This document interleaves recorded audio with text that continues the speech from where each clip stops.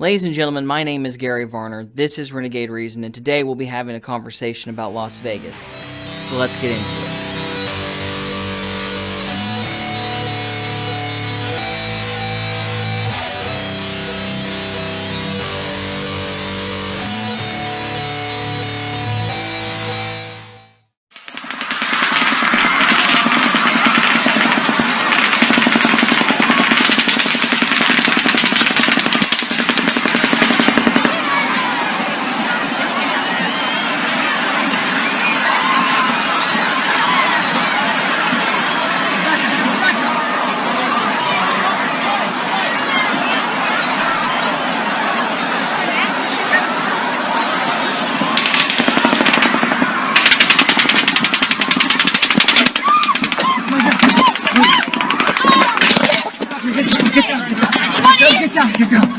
Get down.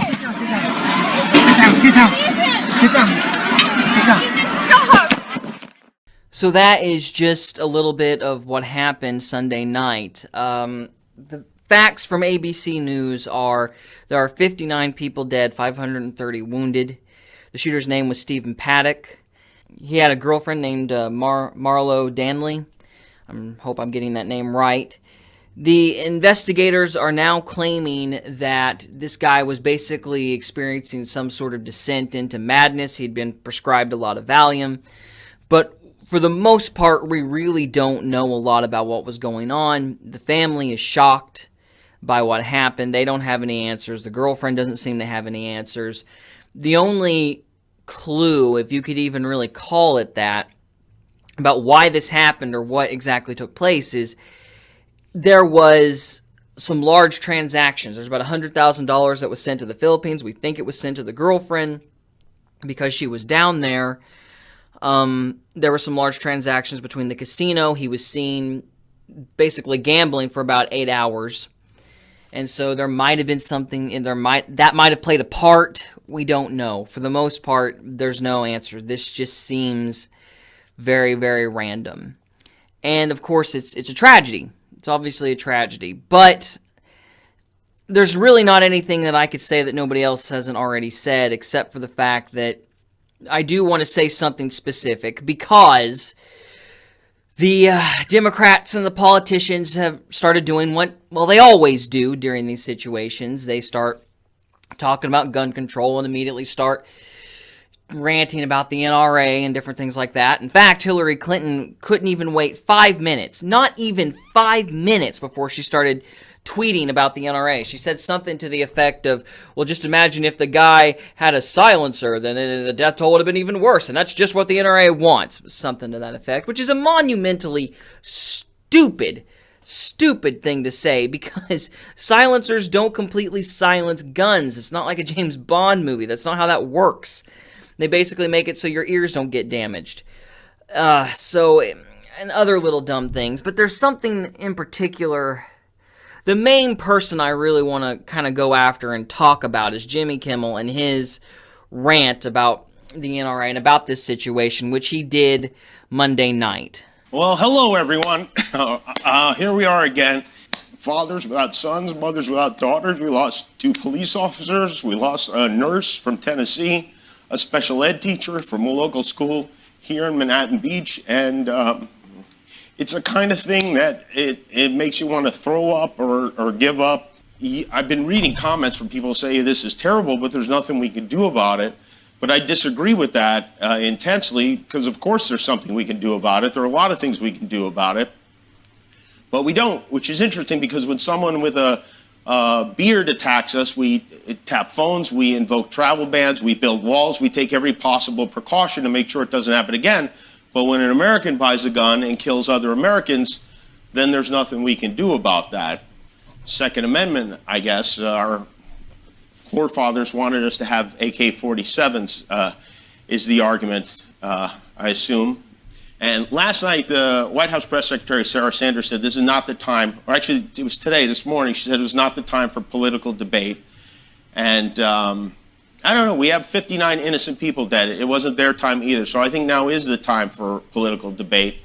President Trump is visiting Las Vegas on Wednesday. He spoke this morning. He said he's praying for those who lost their lives. The Senate Majority Leader, Mitch McConnell, the Speaker of the House, Paul Ryan, a number of other lawmakers who won't do anything about this because the NRA has their balls in a money clip, also sent their thoughts and their prayers today, which is good. They should be praying. They should be praying for God to forgive them for letting the gun lobby run this country. Now, 90% of Democrats, I'm not talking about politicians here, I'm talking about people, and 77% of Republicans support background checks at gun shows.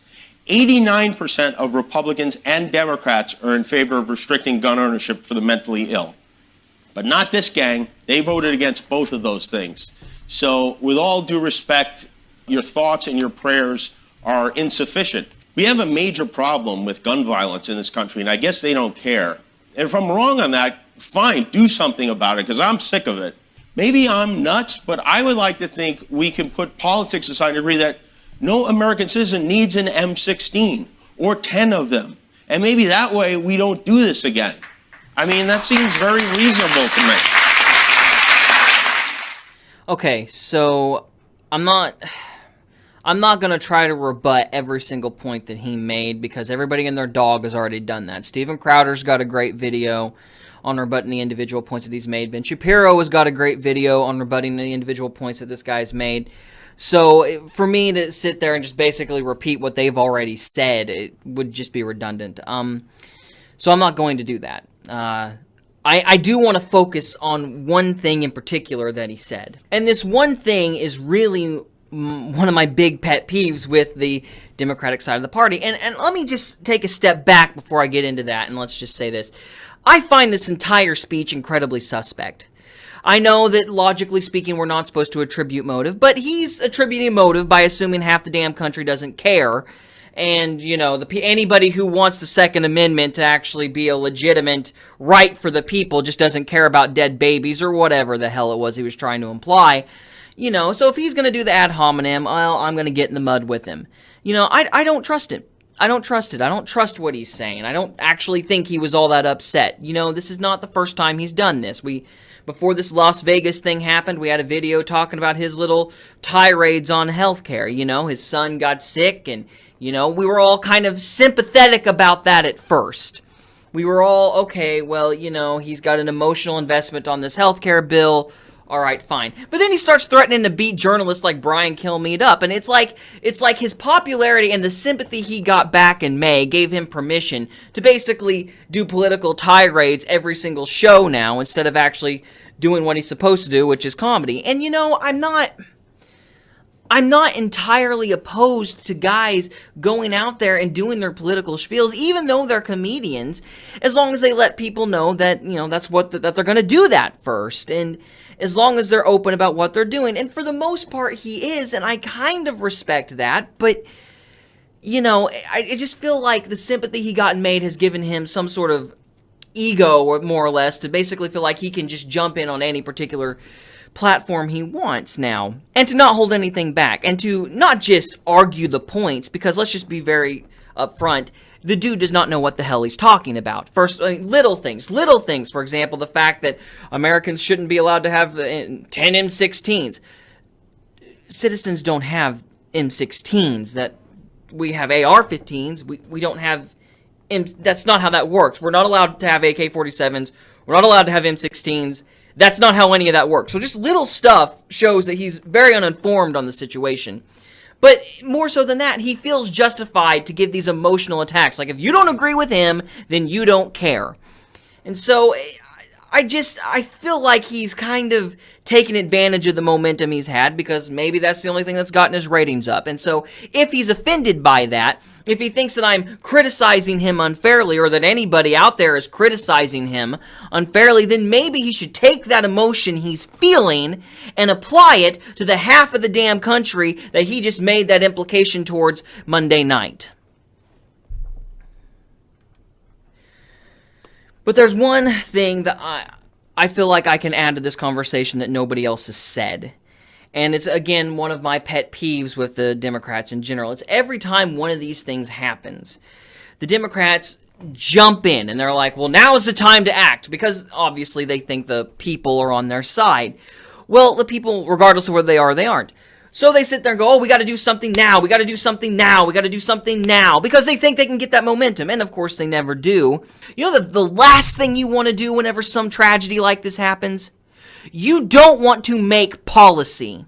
And you want to know why you don't want to make policy? Because you don't want psychopaths determining policy. You don't want some idiot out there to go, I want some sort of political change. You know the fastest way to make a political change would be? Kill 50 people. This is why we have laws. This is why we have a government. This is why we do things the way we do them. Because we do not want to jump into a situation reacting to problems. We don't want the bad guys to determine what we do as a country. We don't want this Stephen Paddock guy to have the last say about our gun legislation. And so maybe it has nothing to do. Maybe it's not the fact that these senators don't care or that the American people don't care. Maybe they just have a little more foresight than you do. Maybe they have the ability to step back and go, okay, pause. Let's actually think about what we need to do before we do anything first. Maybe that's what's going on. Maybe everybody's just as upset as you are.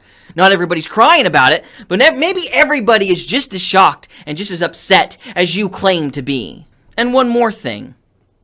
What laws exactly are you wanting to implement? You talk about, oh, we need good reforms, we need good changes. What are they?